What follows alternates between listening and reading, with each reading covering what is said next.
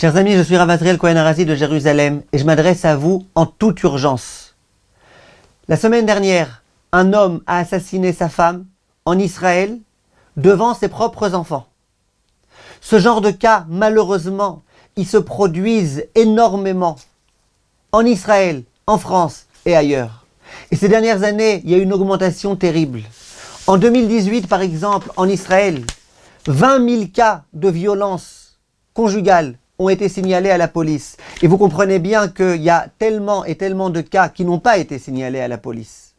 Cette année de pandémie, avec tous les confinements, on estime l'augmentation des cas à 350%. C'est des chiffres que j'ai sous les yeux. En France, c'est pas mieux. L'enquête de la délégation aux victimes, rendue publique le 17 août 2020 par le ministère de l'Intérieur, déclare qu'il y a 146 cas de femmes qui ont été assassinées par leur mari ou par leur ex. À savoir un cas d'assassinat environ tous les 3 jours. J'ai connu personnellement des tas d'élèves qui ont souffert de ce problème. Alors bien évidemment, lorsqu'on parle de violence conjugale, on parle de plusieurs points. On parle de violence physique, un homme qui lève la main sur sa femme et qui la frappe et qui la roue de coups. On parle de violence psychologique lorsqu'un homme harcèle sa femme, qu'il l'injure et qu'il l'insulte et qu'il la rabaisse complètement, qu'il l'empêche de dormir la nuit, qu'il la menace sans arrêt, qui à chaque fois qu'elle rentre à la maison, il lui fait un véritable interrogatoire, où tu étais, à qui tu as parlé, etc., etc. Des hommes qui bloquent leurs femmes à la maison, qui les empêchent de sortir, de vivre dans un monde social. Des hommes qui vérifient toutes les discussions qu'elles ont au téléphone. Des femmes qui sont harcelées sexuellement par leur mari, etc., etc. Il y a aussi des cas où c'est les hommes qui sont victimes d'une violence conjugale de la part de leur femme. Généralement, c'est pas tant physique, mais c'est surtout moral, psychologique, etc. Et dans la majeure partie des cas, c'est les hommes qui font violence et qui se comportent de cette façon-là. Beaucoup de femmes, certaines que j'ai connues, ont du mal à comprendre et à accepter l'aspect inadmissible de ce comportement de la part de leur mari. Elles ont souvent l'impression que c'est normal. Il y a des femmes qui, pendant 20 ans, 30 ans, elles se font tabasser par leur mari, elles se font insulter. Et ce n'est qu'au bout de 30 ans, quand d'une façon ou d'une autre, elles ont compris que c'était en fait complètement inadmissible, qu'elles disent « Ouais, mais c'est vrai, comment j'ai pu accepter ça pendant tellement de temps ?» Il y a aussi beaucoup de femmes qui ont peur de l'inconnu et qui se disent « Là, au moins, je connais la situation dans laquelle je suis. Mais si je divorce, demain, qu'est-ce qui va se passer ?» Elles ont peur de ça. Il y a aussi des femmes qui ont honte de raconter leur histoire aux autres et de partager ça avec les autres. Et du coup, les femmes, elles sont très souvent condamnées à vivre toute leur vie avec des maris qui se comportent avec elles comme des servantes, comme des esclaves et qui ne les considèrent pas du tout. Les études montrent que souvent ces femmes-là meurent de façon précoce. J'aimerais vous dire, mesdames ou messieurs, que le pire de tout, c'est de penser et de croire que cette situation est une situation acceptable, admissible.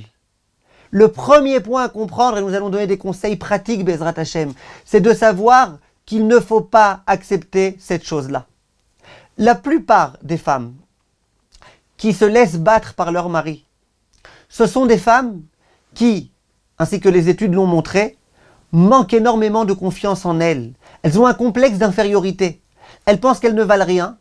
Elles pensent que c'est normal qu'on ne les respecte pas puisqu'elles ne sont pas dignes de respect. Et donc, elles pensent que, d'une certaine façon, c'est normal si leur mari les bat, puisque de toute façon, elles ne méritent pas le respect. Je l'empêche de regarder son match de foot, je l'empêche de sortir au resto avec ses copains, je l'empêche d'étudier la Torah, je l'empêche. Peut-être que vraiment, je suis une femme qui ne mérite pas le respect.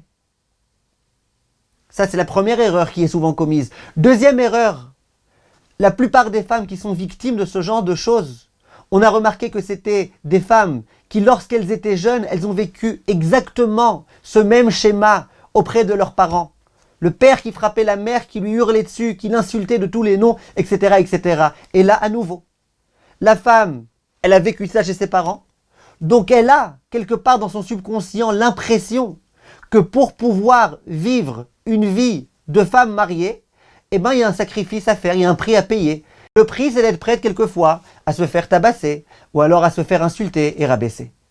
Alors le premier impératif pour pouvoir vous en sortir, mesdames, c'est de savoir que c'est complètement inadmissible et proscrit d'après la Torah sans aucune réserve. Quel que soit votre comportement, c'est complètement interdit. Et maintenant, je vous amène quelques preuves. La Gemara de Masechet Sanhedrin Daf Nunchet dit, au nom de Rabbi Yochanan, que celui qui donne une gifle à son ami, c'est comme s'il donnait une gifle à Kadosh Baruch Hu Kaviachol. Et les commentateurs de dire, et a fortiori celui qui oserait donner une gifle à son épouse, au sujet de laquelle il est écrit qu'on est obligé de la respecter et de l'honorer encore plus que soi-même.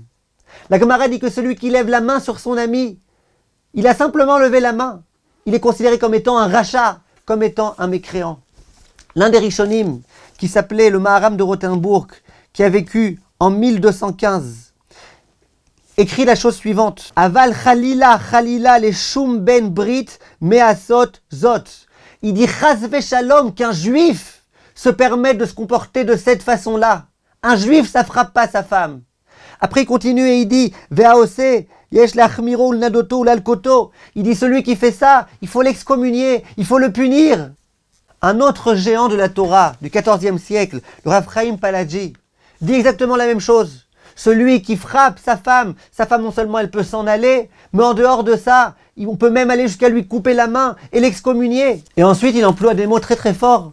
Il dit, et si jamais la femme elle se comporte n'importe comment, elle provoque, et c'est de sa faute que l'homme il la frappe. Dit le Rav, ça n'existe pas. Rien ne peut légitimer qu'un homme lève la main sur sa femme. Il dit, si jamais il y a un problème, allez voir un Rav, allez au Beit Din, vérifiez, essayez de voir comment on peut résoudre le problème. Je vous rappelle que dans la Ktuba, il est écrit, Okir, je m'engage à honorer ma femme. Il faut donc l'honorer.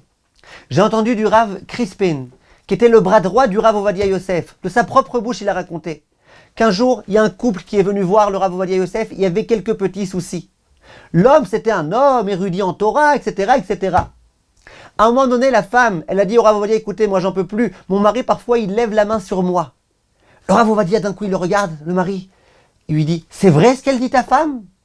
Le mari dit oui. Le Rav Ovadia s'est retourné complètement et il a dit, je refuse de te regarder. Moi, je regarde pas des mécréants. Je regarde pas un homme qui lève la main sur sa femme. Et tant que tu t'engages pas à arrêter de lever ta main sur ta femme, quelle que soit la situation, je refuse de te parler. Et cet homme-là a compris. Et il a fait teshuva, il a arrêté.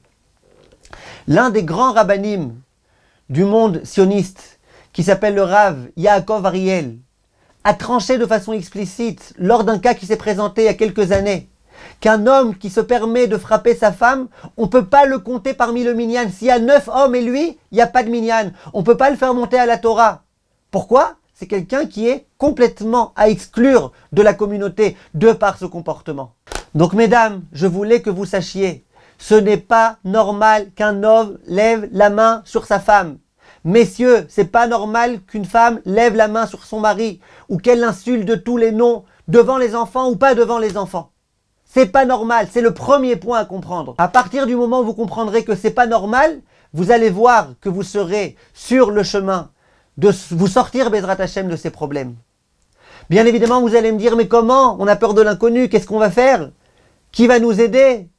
C'est trop difficile. Alors, Bezrat Hashem, le prochain cours, on donnera tout type de conseils. Comment faire pour ne pas en arriver là? Comment faire lorsqu'on en est déjà arrivé pour s'en sortir, pour se dépêtrer de l'enfer dans lequel on est? Mais ne surtout pas accepter de vivre cet enfer. Alors dans quelques jours, Bezrat Hashem, le prochain cours sera mis en ligne. Nous essaierons d'expliquer Bezrat Hashem tout ça. Les personnes qui ne sont pas encore inscrites sur la chaîne YouTube ou sur le WhatsApp, c'est le moment de le faire pour être au courant de toutes les prochaines vidéos. Et les personnes qui auront des problèmes, eh ben, elles sont priées de bien vouloir s'ouvrir et commencer à en parler. On en parlera Bezrat Hashem plus en détail le prochain cours. Kol Tuv et Be'atzlacha Rabba.